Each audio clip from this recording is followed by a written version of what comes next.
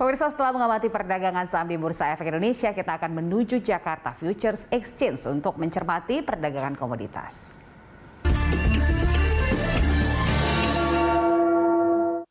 Ya, untuk mengetahui perkembangan di pasar komoditas, pemirsa, kita telah terhubung dengan analis PT Didimex Berjangka, ada Mbak Chenly Yani. Selamat pagi, Mbak Chenly. Selamat pagi. Iya, kita tahu setelah pengumuman dari The Fed terkait dengan tapering, tren harga emas ini menguat. Nah, untuk pagi ini bagaimana pergerakannya? Kalau untuk pagi ini masih ada dengan koreksinya ya. Tapi kalau kita lihat dari isu The Fed itu memang resmi mengumumkan tapering akan dimulai bulan ini. Cuman bukannya mengalami penurunan, tapi malah mengalami penaikan. Dalam sepekan ini aja harga emas itu udah naik 1,32% dan kembali tembusnya tuh ke level psikologi 1,800 per troy ounce. Lalu di saat yang sama juga indeks dolar AS-nya menguat ya 0,47%.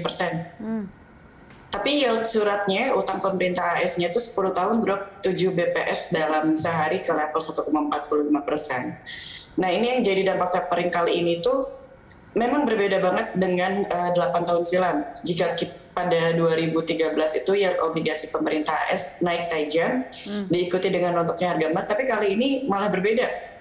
Tapering tahun 2021 itu sudah jauh-jauh hari diantisipasi oleh pasar. Tapi kebijakan The Fed-nya pun tidak jauh dari perkiraan market. So, untuk tapering dilakukan akhir tahun dengan laju pengurangan indeksnya itu sebesar 15 miliar dolar Amerika per bulan. Lalu faktor lain yang membedakan tapering tahun ini dengan 8 tahun silam itu adalah inflasi. Udah pasti itu. Adanya gangguan pada rantai pasok global, di tengah pemulihan ekonomi juga yang berhasil cepat tekanan harganya naik.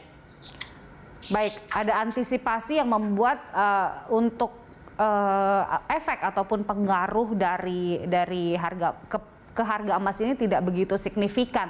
Tapi sebenarnya dari ekspektasi pasar setelah diumumkannya kebijakan The Fed ini apa sih, Mbak Chenly? Kalau untuk ekspektasinya sendiri, The Fed itu kan menggelar pertemuan kebijakannya 2 hari yang lalu ya. Ya. Nah, ini itu mereka udah membulatkan suara selama pertemuan kebijakan 2 hari yang lalu itu, kalau mereka itu akan mengurangi pembelian aset bulanan bank sentralnya itu sebesar 120 miliar US dollar. Ya. Dari komitenya pun berharap untuk mengakhiri pengurangan pembelian asetnya ini pada pertengahan 2022. Mungkin harus mempercepat juga garis waktu jika inflasinya tidak cukup moderat ya. Terus selama itu jauh dari diskusi tapering, The Fed akan mempertahankan kebijakan suku bunga dalam kisaran antara 0 sampai 25 basis point dan tidak akan membuat perubahan apapun pada suku bunga yang dibayar atas kelebihan cadangan kemarin. Jadi memang soal pengurangan stimulus pun akan diputuskan dalam pertemuan ini, mengingat adanya ekonomi Amerika Serikat sendiri yang telah berangsur membaik, seperti penurunan tingkat pengangguran, kenaikan tingkat kredit. Yang paling menarik perhatian itu adalah soal kenaikan inflasi aja sih. Baik, nah itu emas ternyata trennya masih terus naik hingga saat ini. Mbak Chenly, untuk CPO bagaimana pergerakannya? Kalau untuk CPO sendiri, dia kan mengalami rally ya, terus kenaikannya ya. Ya. Sampai kapan penguatannya? Mungkin pertama krisis energi yang mengakibatkan kalau harga CPO ini mengalami kenaikan tajam. Alhasil dari harga CPO yang juga ikut terseret naik akibat krisis tersebut. Ya. Ada beberapa sih yang menjadi tingkat kenapa si CPO ini selalu rally. Baik. Ada yang masih belum seimbangnya kondisi supply sama demand juga bisa menjadi pengaruh terhadap kenaikan harga CPO. Tapi ini akan untuk sementara saja kah atau masih akan berlangsung hingga beberapa pekan ke depan untuk CPO? Prediksi sih hanya sampai akhir tahun aja. Sampai akhir tahun. Komoditas lainnya seperti apa pergerakannya, seperti kopi dan coklat, Mbak Chenly? Kalau untuk komoditas lain itu masih stabil ya. Masih stabil. Kalau kayak kopi, coklat, ya itu masih kakao itu masih stabil. Tapi yang lebih pergerakannya lebih bagus itu ada di emas, tetap di gold. Kenapa? Karena di saat harga yang lain itu stabil, emasnya aja yang naik turunnya nggak karuan. Oke.